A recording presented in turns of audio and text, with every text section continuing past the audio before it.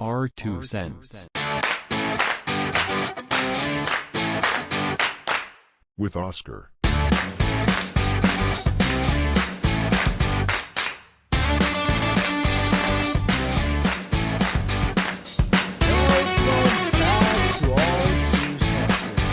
Again here at Access Studio. Thank you for all your support.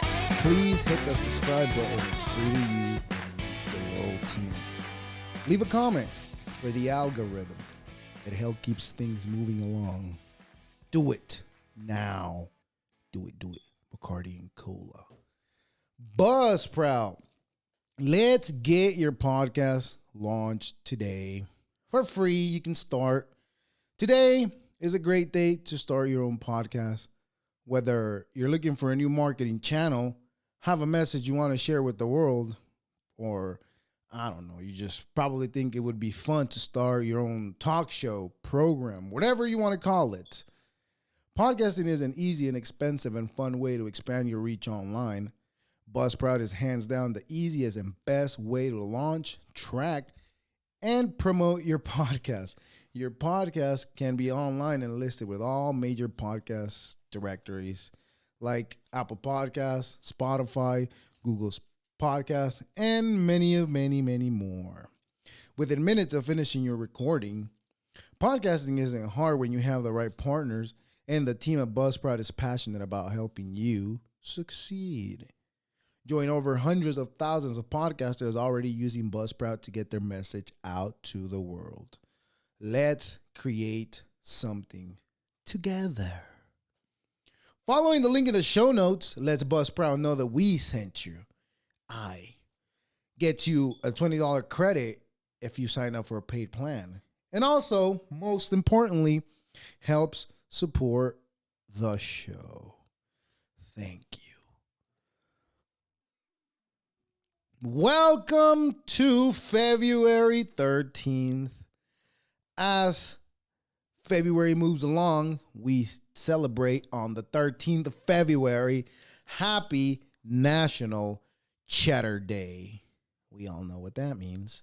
Happy National Cheddar Day. National Cheddar Day adds some cheesy goodness on February 13th.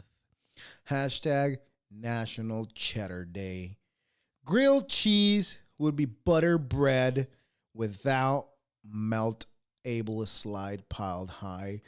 Burgers would be lacklusters without a perfect ooze. Mac and cheese would just be mac. To be frank, so many of our iconic American dishes simply wouldn't be the same without a slice of cheddar deliciousness. Happy National Cheddar Day if you celebrate the cheesy goodness.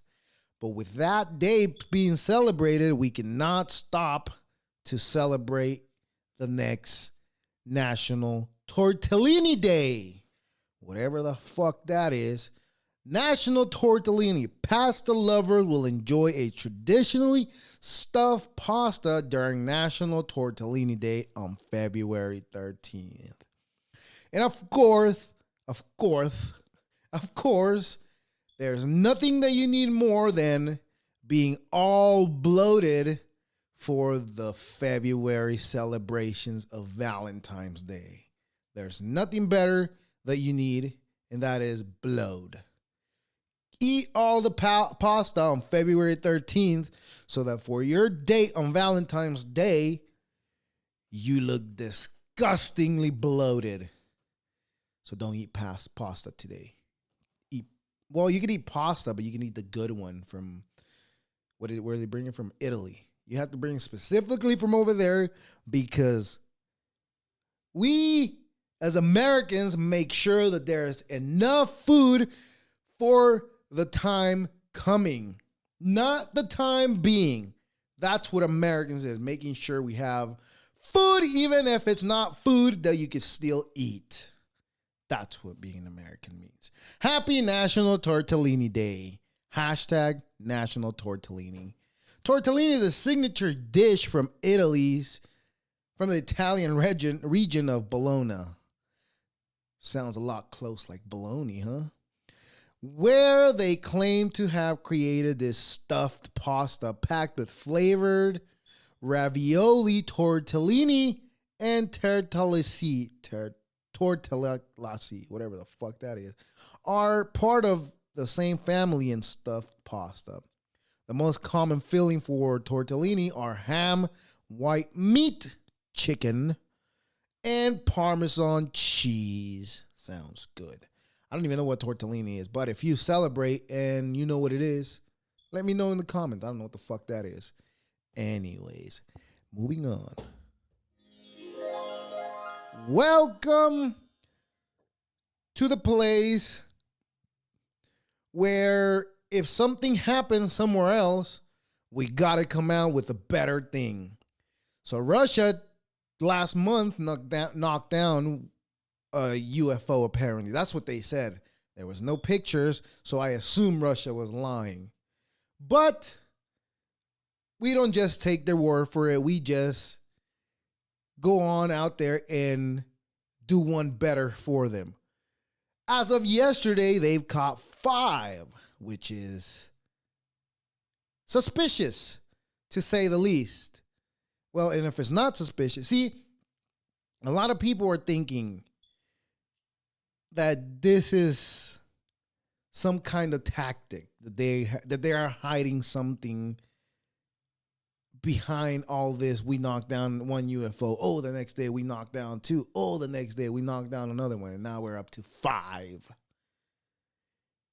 Well, that makes me feel good, because that tells me that we're almost at the end of the line. We're all about to be invaded either by space creatures or whatever the hell they are, or we are about to be invaded by somebody that has better technology than the Americas. And that makes me feel a little embarrassed. Clearly, we've spent trillions of dollars a year on our Defense Department. And I'm about to spend more because I got them saved already. I'm going to spend my money on all those Defense Department stocks. Why? Because we're at the brink of war. That war, and I'm not talking about Russia invading everybody and fucking everybody up. No. We are at the brink of space war, just like my president Donald Trump said once. We are in danger of these things because we don't know what they are. Well, I'm pretty sure we don't know what they are, but they know what they are. They're just not telling us what they found, or probably it's just a smoke screen that everybody's putting in front of everybody. Because we cannot forget about the derailment in Pennsylvania, was it? Yes, where they fucked up the whole area and all the chickens, the animals in that area falling dead on the ground. Could they be hiding something? Well, we are right to be suspicious of them. We are right to be suspicious of them, because how many conspiracies have gone and came out to be true? I don't know. There was a conspiracy about a certain island and nobody believed it. How could people do that? You think people would really do that, but then it turns out that the island was real, and I don't know what happened, but the guy turned out to die. But I don't know if he really died, or did he kill himself, or did somebody kill him, or they have those poisons that only slow down your heart enough so that they can think you're dead. Oh, we figured it out. Epstein's alive. That who we were talking about? I think so. But the phenomenon of the UAP is going back. It's creepy to me because on one hand, if it's an adversary of NATO, that's a problem. Because then that means whoever is sending those blimps or drones or whatever they are, that means that there will be conflict. And apparently there was another one that was seen in China. So that's ruled out. Is it China? Who could it be if it's not China? Who has more technology other than China? I don't think the fat fuck from North Korea could be it. They don't have enough money to pull some shit like that. Sure, they spend their money, but they don't have enough. They don't have trillions of dollars at their disposition. Do they? Nah, they don't. Russia apparently has a budget smaller than what were we talking about? Tortellini place, Italy. They have a budget smaller than Italy, apparently. And that sits very good with me because that means that we're still up at the top. And all the haters want to hate, and they will hate. But I don't know now. I don't know where to get hate because I had another thought that I'm like, damn, what if I get kicked out of here and then I'm over here rooting that we're going to be safe, and then I get kicked out of another, and I get sent to another country that apparently in support of Russia too. So now I'm fucked, double fucked. If I stay, I'm fucked. If I leave, I'm fucked. So where do I go if I get kicked out of here? Because apparently the country that I belong to is in support of people who do atrocities to other people just because they think that this country has oppressed them. And they might have at one point. But it was your doing. The people who ran it at the time, it was their doing, and therefore a lot of people ran from it. I don't even know. We were getting into a different subject. But going back to the UAP, I think that this is... Because, see, 1 minute in my brain, I think this is just a smoke screen that they're setting up for everybody to just be like, oh, what's going on? What can the government do to save us? But then I've had multiple conversations with people. If you go back about 100 episodes, probably more, if you go back that far, we've had conversations about Project Bluebeam, how it was coming, and the conspiracies were saying, yep, it's going to be in 2023. And guess what? It's only February 2023, and it seems like shit is ramping up even more. Now, excuse me, we don't have to like it, but it is what it is. Now, are we being fooled? I think we're easy to fool, but I don't know. But then I think about what about all this houses for sale, all this? If we go to war, where is all that going to go? That's a good question to ask. Who knows are the people who have the most money. So I think it's fair to start paying attention to what those people are doing. Why? Because if anybody knows what's going to happen or what's coming in the near future or what our government is doing is people who have the money, who have properties, and I'm not talking about one or two houses. I'm talking about multiple properties, multiple buildings filled with renters or whatever the fuck they're called. Those people should know. And it seems like those people are still buying houses and making houses. So that gives me a little peace of mind. If shit starts going south, I think the first people that are going to stop doing what they do and start fucking like rats are the first ones to leave the ship when it's about to sink. Well, they're going to be the first ones to leave the ship. And they're all going to run to their bunkers and hide. And then they're going to drop the nuclear bomb. And the rest of us get to sit here and enjoy the fireworks. So, my goal is to, before this comes to an end, to have a bunker in my backyard. I will pull all 20 feet by 80 feet round. Square, it's not round, right? Square feet. Not round.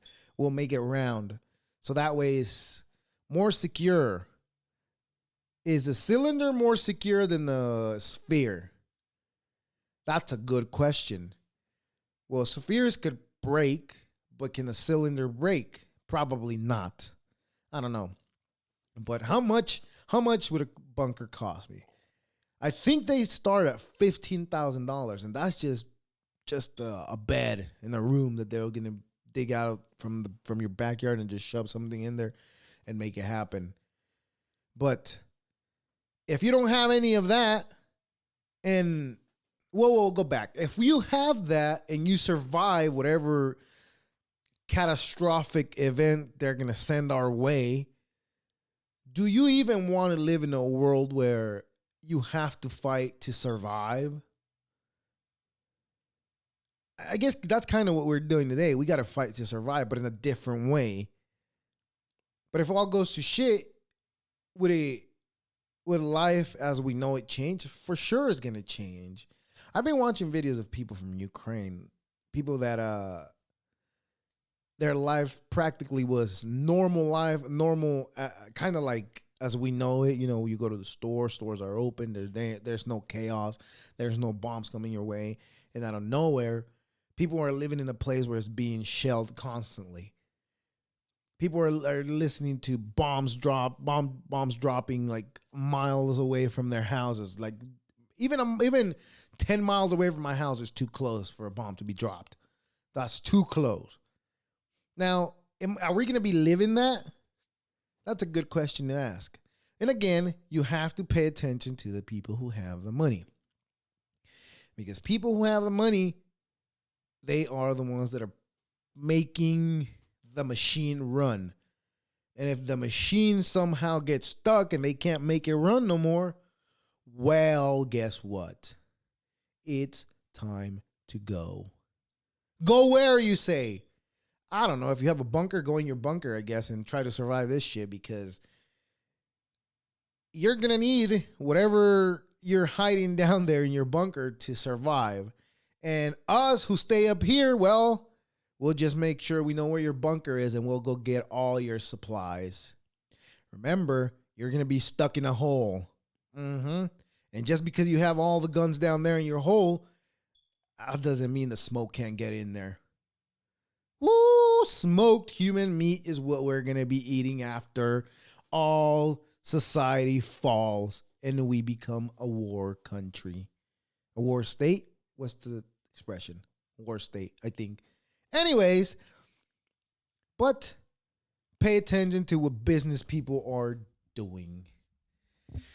It is scary to think, though, that that's happening. And just a week ago, another catastrophic event happened in Syria and Turkey, right? Now that is very suspicious too. Is that they're doing too?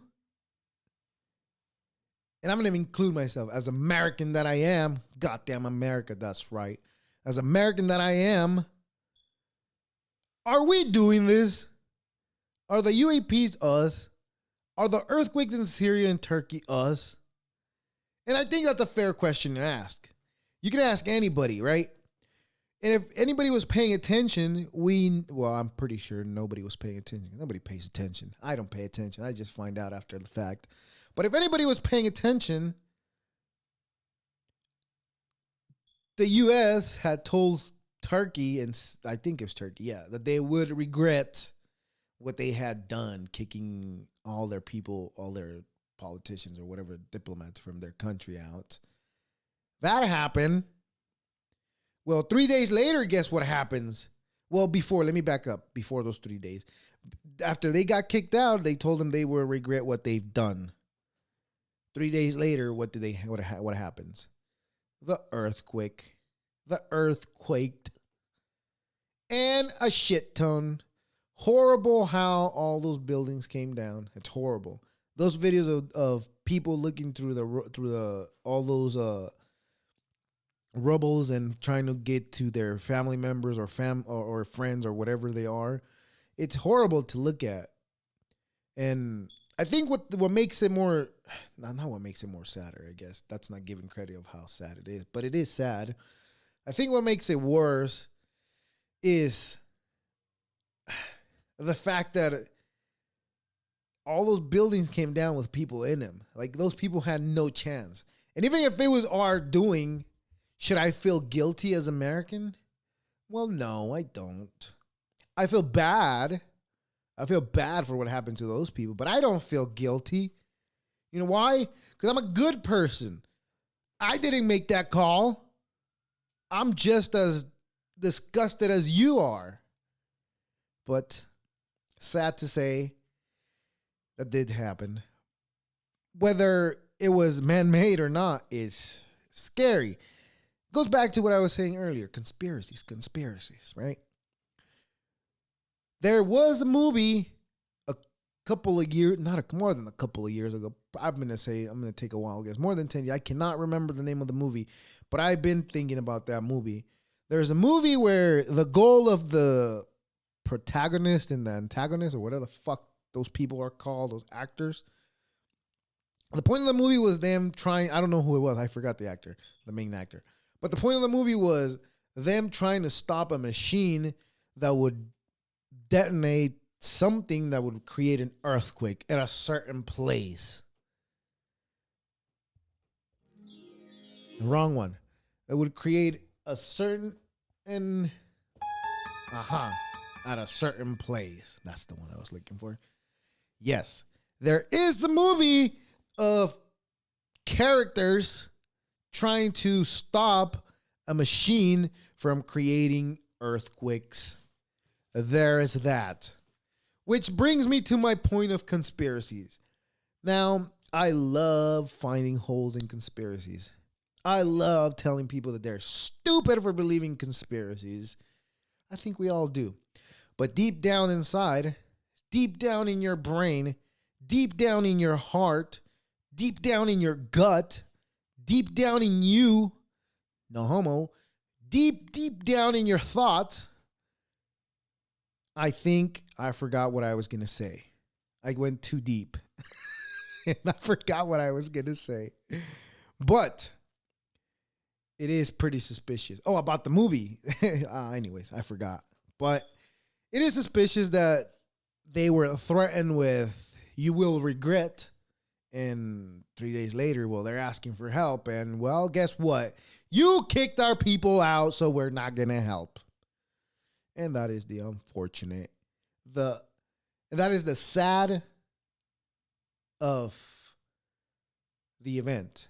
Is that the right sentence? I don't think that's the right sentence. But that's sad that it came down to that. But there was another video of like those two countries, they're not being helped at all. Other countries are helping, but I don't think we really are helping. I think people here are helping, but I don't think the government is helping. And again, I mean, people love saying, "Oh, the U.S. doesn't help," but when they help you, everybody gets mad at the U.S. because they created a little coup. They did a little something to change the power of the country. Like, well, you want the help or not? You can't have it both ways. Both ways. There's only one way. You either have the tyranny or you don't. And that's the sad reality of everything.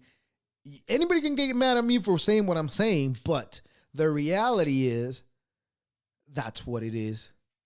People are going to run it as business as usual.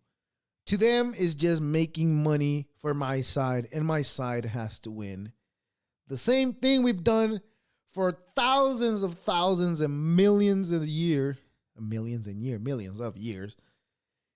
is what we keep doing today. We want better for us and fuck everybody else. Simple. That's why I don't understand why people don't get when they complain too much that the government doesn't help at all. But you're not helping yourself. And the best way to help yourself is, well, you create the wealth. You know that it's all about the money with them. Why can't we all, and I say we because I'm not part of that poor group. Why can't poor people figure out how to make money and start buttering, and start buttering up the politicians so that we can give them money.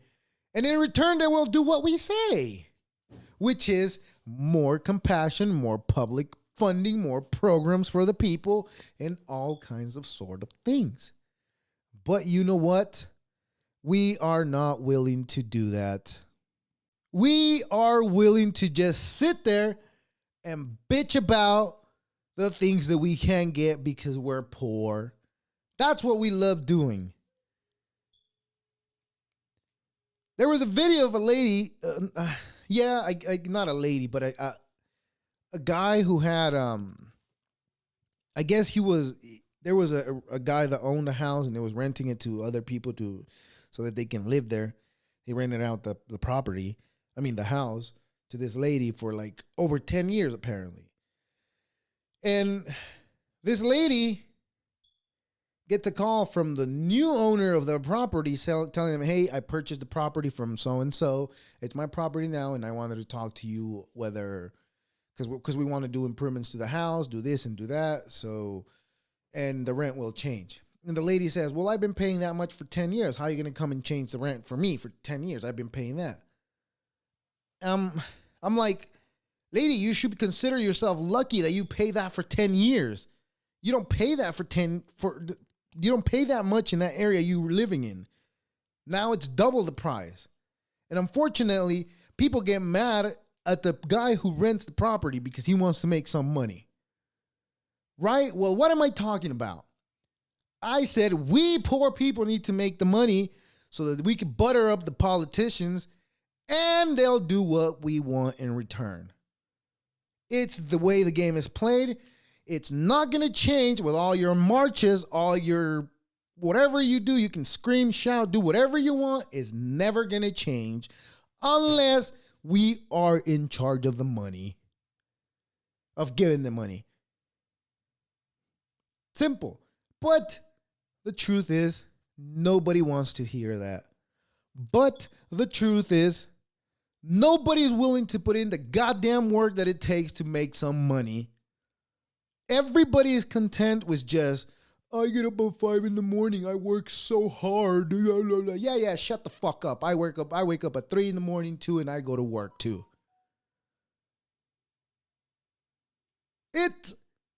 What we need to do is make the money if we want to see the change. But you know what the fucked up thing about that is? That a lot of people, once they make the money, what do? Well, fuck those poor fucks. I want to keep my money. Right? That's what they do. As long as your priorities, why you started to make the money, because you wanted to see a change in society or a change in your government or a change in your politics or whatever, then you have to start funding them. Yeah, I know. Shut up. I know we pay taxes. That's how we fund them. Yeah. How has that worked? It sucks to say, but yes, we need to give them more money. Why? So that they could do what we want. Because right now they're doing what the rich want them to do to us. And in return, we're getting fucked left and right. Did anybody know it takes only $160,000 a year for you not to have to pay taxes no more? Did you know that? I bet you didn't. Why? Because you're a poor fuck that doesn't want to do anything for themselves but sit there and cry about the system being oppressed, about you being oppressed by the system. The system is not oppressing anybody. The system is what it is. People oppress other people by paying the politicians and not letting you advance in life. Yes, it's hard to advance in life, but it's not impossible. How many avenues there are to make money other than just going to work, and especially with the internet that most of us just use to jerk off. When there's a whole world out there of people making money on this shit. But you're not willing to do it. You're just a sad person who thinks they are right because of what they do. But the reality is, no. It doesn't work that way. It works. You pay taxes, and on top of that, you butter up the politicians. That's how the machine runs. There you go. I figure it out for everybody. The machine is run paying your taxes and paying the fucking politicians so that you can pay less taxes. Nobody wants to hear that. Everybody wants to hear, oh, poor lady, she was living there for 10 years of her life, and this motherfucker's coming here to take off her property because he thinks he's right because he can afford to buy one and she can. Well, it's not the dude's fault that stayed up working and trying to get the money so that he could have another property to rent out. Now, I'm not in a situation to be making these claims. I'm not by any form, but I understand that that's how the machine is run. But nobody is willing to want to listen to that. Everybody wants to have it handed out to them. And sure, I would love having it handed out to me. I've been busting my ass, and I'm finally comfortable to sit here and say what I'm saying. I've been busting my ass for over fucking 5 years. And I'm finally comfortable saying this. Finally. Which probably later I'll be nervous just thinking about what the hell did I just say? But that's okay. That's how we get over it. Because in a week, nobody will remember what I said. Because why? Again, nobody wants to listen to the reality. The reality is, and I said it once, and I'll say it twice, and I'll say it a third time. I think I said it more than 3 times. But the reality is, we have to make the money to butter up the politicians so that they can do what we want instead of doing what they want and what they've been doing through, I don't know, name it. How long have they been doing the same shit over and over? And yet, people sit here and say that we don't have opportunities. Are you in fucking North Korea? No. We are in America where we have the opportunities to chase whatever you want to chase. The reality. But yes. So that lady living there for 10 years gets mad and says, oh, you're a piece of shit for raising my rent double the rent. I can't pay that. I'm a single mother of 2. I have children. But I mean, in 10 years, you couldn't figure something else out? I mean, I want to say it took me 10 years. Actually, 9.5. But I'm in a better situation than I was 10 years ago.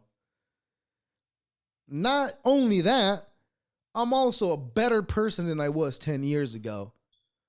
Now, I might be better than some of you, yes, but I'm not better than everybody else. And no one is. But some people are better than other pieces of shit that exist out in the world, right? I mean, you name him. Putin, Kim Jong-un, I don't know, any other piece of shit, Xi, I don't know, you name them, they're pieces of shit. Those are real pieces of shit people. Biden, Donald Trump, I don't know, you name them, those are politicians I name. I don't know if they're pieces of shit, but it seems like they are. But also, in 10 years, if you haven't bettered yourself in 10 years and you're still stuck in the same position that you're in and you blame your kids, well, I'm a mother of 2, I can't do much. Well, you know what? Well, I can't do nothing for you either. Well, you know what? The guy that just bought the house to keep renting you out can't do nothing for you either. It sucks. And maybe tomorrow I'll be in a situation where I'm like, damn, I'm eating my words right now. Maybe, I don't know. But that's the reality that everybody needs to hear. Do something. Better yourself.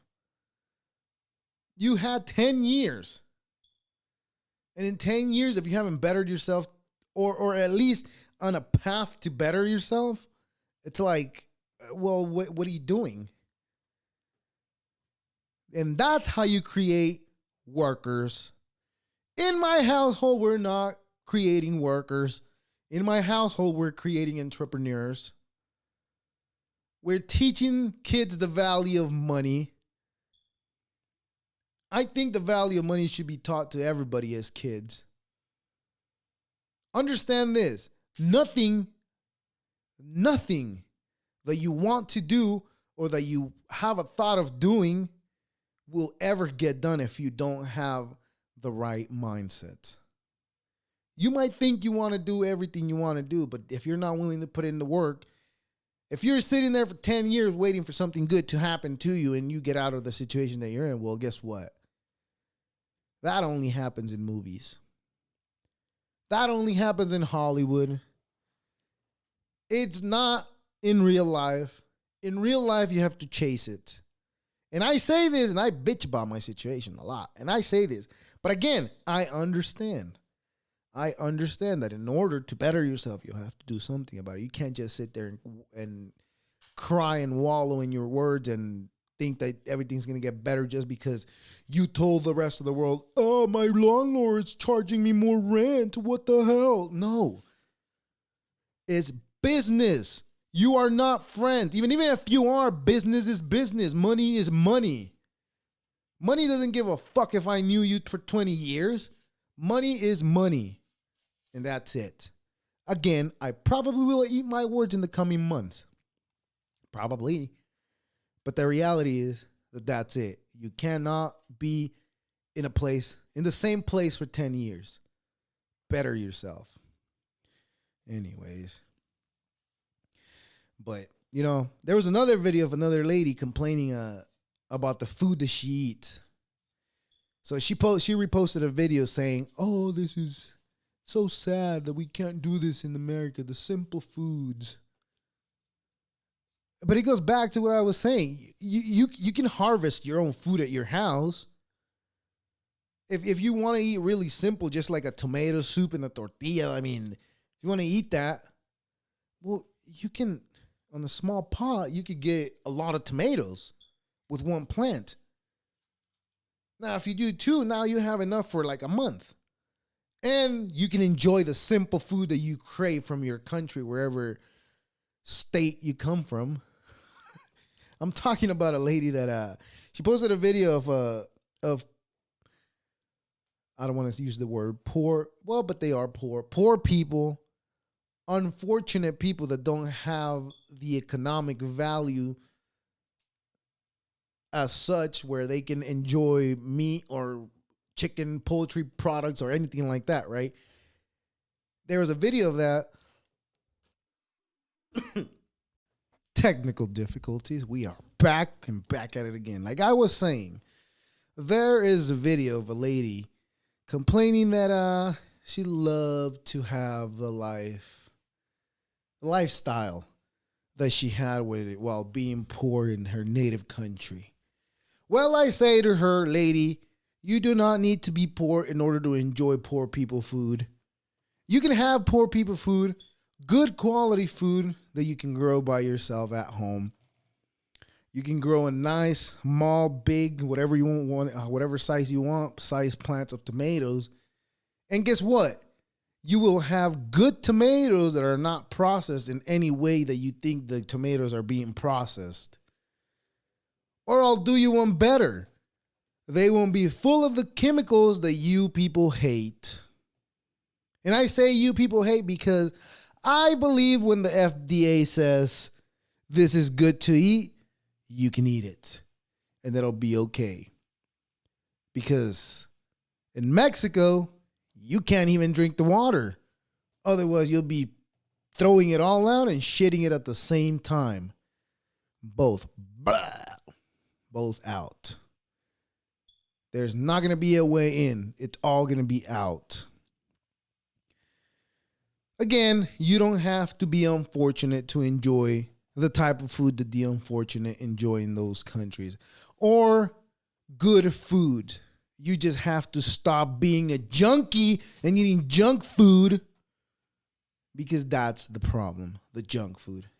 It's not that the food that you eat is the problem, it's the junk food is the problem. It's your choices that what you're choosing to buy instead of natural, healthy things that you can ingest. It's not nobody's fault but your own. But again, it's the reality that people don't want to hear. It's probably way off from the subject that I was on a minute ago, but that's okay because we lost our train track. But anyways, we are here to let people know how much of losers they are. To stop complaining about the unfortunate events in their life. Like, for example, paying your taxes. Well, goddamn, you have an opportunity to make a shit ton of money throughout the year, and you're going to complain about that you having to pay taxes. Again, if you make over $160,000 a year, you don't have to pay taxes. Yeah, that's the cutoff period. But poor people don't know that because all you want to watch is the fucking novelas and the fucking TVs and your stupid dumb shows that you want to watch instead of informing yourself. Such as tax codes. Well, guess what? Rich people know the tax codes so they can get away with not paying taxes. And the beauty of it is that you can do the same too. But again, we're all lazy fucks that will not put in the work that is required for you to put in order for you to get ahead in life. No, we are too content being poor. We are too content just scrolling through TikTok all day long. And I feel like a hack now because I'm blaming TikTok, but I'm not. Because TikTok's been good to me. It's been the greatest. I've learned new dishes to cook, which is good. That's an advancement in my life because I've learned new things. But you guys don't even want to learn the tax codes that you cry so much about that you guys are being oppressed with. I pay too much taxes. Yeah. Guess what? We all pay too much taxes. And yet we take advantage of all the fucking good things that the state gives us. But we don't pay attention to that. We complain about how we're being oppressed. Whoop-de-doo-de-doo-de-doo. Anyways, that being said, that's enough letting you people know how much of losers you guys are while you complain instead of finding a solution. I gave everybody the solution probably 5-10 minutes ago. More than 10 minutes ago. But the solution is we got to make the money in order to butter up the politicians. Because without us paying them a good hefty amount, well, you say you pay taxes. Oh, well, guess what? Good for you. Well, that went to our defense department so that we can be defended when China and Russia tax us. That's what you pay taxes for. You don't pay taxes for the fucking laws. No. The rich people pay the taxes, pay money for the laws. That's how the laws are made. By giving them money. Right? But nobody's willing to put in the work. Anyways. That being said, letting you all know that you guys are the losers and you guys need to make sure that you guys are making the money so that we are not being oppressed any longer. With that being said, we're going to move on into Today I Learned. Today I learned there are only 25 blimps left on Earth. Here's why. When the blimp debuted, when the blimp debuted in 1852, it was hailed as the future of travel. The airships used massive gas-filled balloons to float above the ground and engines to travel great distance, regardless of which way the wind was blown. Within decades, they were being used for passenger flights and military operations. The aircraft are in much different position today. According to Reader's Digest, there are only 25 blimps left in existence as of 2022. This year, there is... We said 25. There's 20. They've already knocked down 5 of them. Instead of luxurious trips around the world, today's dirigibles are primarily used for advertising and aerial photography. So how much did the vehicle go for a futuristic innovation to a rare carrier? The blimp's greatest downfall was inefficiency. The majority of its bulk is reserved for helium, leaving limited space for cargo and passengers. It also transports is concerning at a relevant slow pace. According to Guinness World Record, the rigid Zeppelins built by the US and Germany in 1930s reached top speeds of 87 miles per hour. For comparison, airplanes already passed 200 miles per hour mark by this time. Safety was another concern. Many airships used in the early 20th century were filled with highly combustible hydrogen gas rather than helium, which made any accident potential disastrous. The world witnessed this when the Hindenburg crashed and exploded in New Jersey on May 6, 1937, hastening the technology's deadline. Though airplanes ultimately pushed blimps out of military and commercial space, a handful of them can still be spotted in the skies today. The aircraft may be impractical for long flights, but they are good at floating in one area for extended periods, which is why they're still used by companies like Goodyear for advertising and filming sporting events. But even in this context, dirigibles are becoming rarer. Drones can capture the same aerial shot as blimps, and they don't require 30,000 cubic feet of expensive helium to do so. The number one airship in use will likely shrink even further in the coming years because they'll knock them out because they'll think they're UFOs, which means the blimps that stick around are even more likely to be mistaken for UFOs. God damn it, what did I just say? And that was me making a joke about being only 20 left. The blimps nowadays are being mistaken as UFOs or UAPs. This does not come at a perfect time. This will get clipped out just so I can share it with everybody else, just so you can see how dumb we are. Did we forget about blimps? Did we? So therefore, ladies and gentlemen, today I learned that it costs about $100,000 for a typical day to operate a blimp. Of the 25 blimps in existence around the world, only half are in use. They are primarily used for advertising and aerial photography.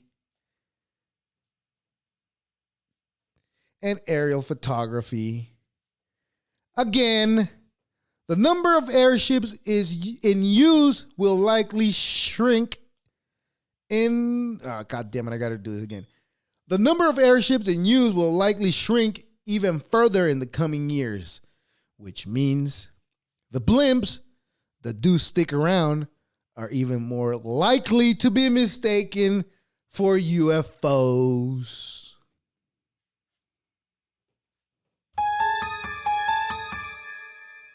UFOs, you say? This article did not come at a better time than after the week that our government has knocked down 5 UFOs, apparently. Could they not be a blimp? I think they are. We forgot about the blimps. Anyways, let's see what we learned. What else we learned today? Farmer ants could teach us a thing or two. Ants have been farmers for tens of millions of years. A new study shows that they have overcome key domestication challenges that humans have yet to solve. Fungus farmers ants are an insect lineage that relies on farmed fungus for survival. In return for tending their fungal crops, protecting them against pests, pathogens, and providing them with both stable growth condition and underground nest and nutritional fertilizers, the ants gain a stable food supply.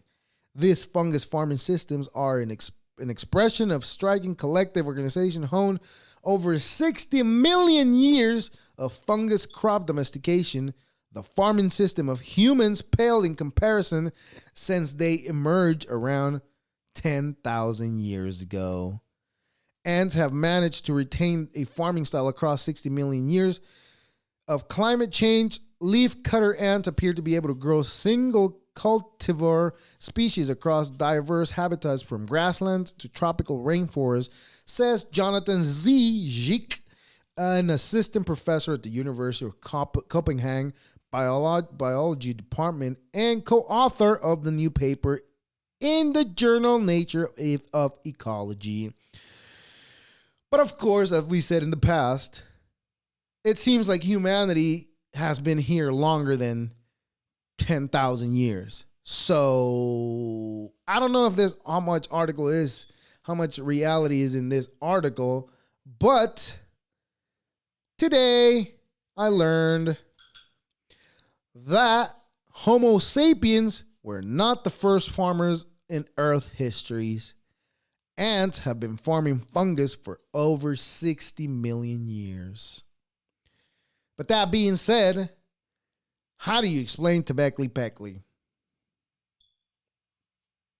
If we're only 10,000 years of this evolution that we've known as the type of farming that we do, how do you explain Tebekli Pekli? How? How, Sway? How? Anyways. So, next one. That's not the wrong one. The cancer-free dwarf of Ecuador. That's very appealing. Why aren't there being more studies on these people? Well, these people are not things to be studied. But these people should be wanting to help out the rest of the world so that we could also be cancerless. In the mid-1980s, Jamie Guevara Aguirre made a bet with his father. Guevara Aguirre had just graduated from medical school in Ecuador, but he wasn't happy. He had attended medical school mostly to please his father. So after earning his degree, Guevara Aguirre revealed and asked his father to fund a new clinic where a young doctor could pursue scientific research instead. His father responded by asking seemingly non-sequiring questions. What is the most prestigious medical journal in the world? Probably the New England Journal of Medicine, Guevara Aguirre replied. Why? His father agreed to fund the clinic with one catch. Guevara Aguirre had to publish the paper in the NEJM within 10 years or lose his funding. However, nervous Guevara Aguirre accepted the bet.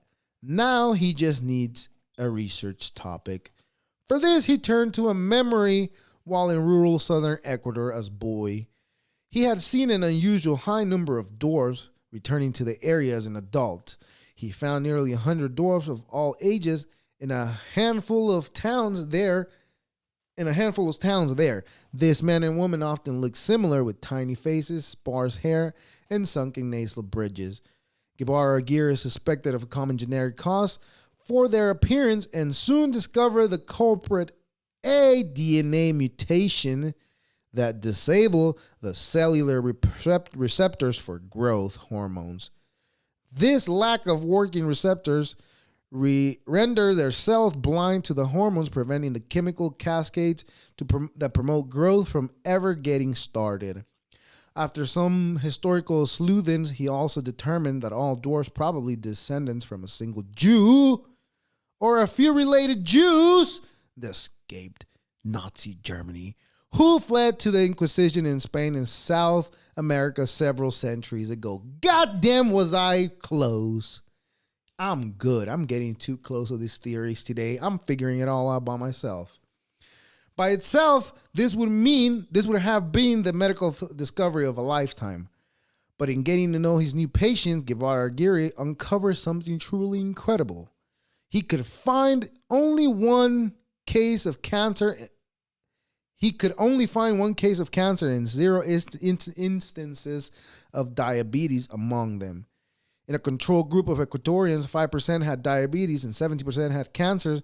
Given those numbers, the odds of Guevara Aguirre patients having disease rates the low by chance alone were roughly 0.00006 and 0.000002 respectively. This discrepancy was also all the more remarkable considering the one side effect of this type of dwarfism is obesity, which typically raises rates of cancer, diabetes, but not in his patients. They are all virtually immune to two of the most devastating diseases of modern life. And that being said, today I learned that in a community of dwarfs in Ecuador, Today I learned that a community of dwarfs in Ecuador are practically immune to cancer and diabetes because of their unique genes. Again, I hate to say this, but Kanye West must have been up to something. These people are descendants of Jews, and they are pretty much, they can never contract cancer or diabetes, pretty much. I don't know what that tells about people, but it's pretty interesting and it needs to be studied more in depth. Why? Because it's a worldly problem that needs to be solved. Anyways, moving on. Why is bald pubic hair a preferential trait? No, I got questions. Why is bald pubic hair a preferential trait? As a man in my mid-20s, I tend to prefer trimmed hair in both sides, but just enough so it's still visible, but not enough for me to get as much in my mouth. For either sex, why is a bald pubic hair preferable trait? To me, it seems to allude towards prepubescency in a really uncomfortable way that takes me out of the mod. I understand the practicality, but giving otherwise, I feel like I'm missing something. Well, there's nothing wrong with a few hairs here and there, but if you have a mane, I think that's the problem because it just gets stuck with hair. You know, that's why we do it, so people don't smell as bad. Unless you want to live in like the 1920s again and not take a shower for fucking weeks. If that's you, well then, hey, by all means, stay the fuck away from me because I don't want to smell your fucking musty ass. So, to each his own. What do you enjoy more the older you get? Solitary. Being alone. Leave me the fuck alone. Get the fuck away from me. Don't talk to me. That feels good. I understand that as a youngin', you probably want to talk to everybody. You want to have all the friends that you can. But the reality is, most of those acquaintances that you make along the way, they are probably not good for you because if you were getting in trouble especially, then those acquaintances are not good for you. So the older I get, being left the fuck alone is what I enjoy the most. That's okay. And also the weekends, because I'm a layman still. I still got a regular job. But once I don't, the weekends will not be the same. Religion. I am really frustrated that any of us have to pretend the spiritual people or religious beliefs are anything more than fairy tales they think about in their spare time. Why do we have to allow unvaccinated children into public school? Because their religion forbids it. The last time I checked, disease don't care what you believe in. And frankly, neither do I. And why do we still make laws based on religion belief? I don't believe in God, so why should I have to behave as if it's real? Shouldn't we base our policies in reality in the first place? Well, the reality is that most of those rules and laws were placed when people used to look up to the Bible and try to find the answers on there, which has never happened and it never will. So if you don't believe in it, hey, I'm with you on it. I don't believe in the religion that we've been taught, but I suspect there's got to be a higher power of some sort, whether it is an alien form, well, there's a bearded dude with a robe on there, up there, well, then I don't know. I just don't believe in the whole concept of religion because it was translated from language to language to language to language to king, from king to other king to other king, until all of us heathens use it as a rule guide. And we have to abide by those rules. Otherwise, the king is going to kill you. That's what it was for. But anyways, that's what it is. That was my pet peeve. That's the thing that pisses me off the most is religion. Why do I got to pretend that I believe in what you believe in when I don't? And why do you got to shove your beliefs down my throat? But with that being said, ladies and gentlemen, and non-binary folk, I'd like to thank you for being here and listening to this. We had technical difficulties along the way, but I bet you barely even noticed about the technical difficulties. Anyways, thank you for listening, and I hope you have a great week. And hopefully we don't die in this week and we get shifted to another dimension, or we get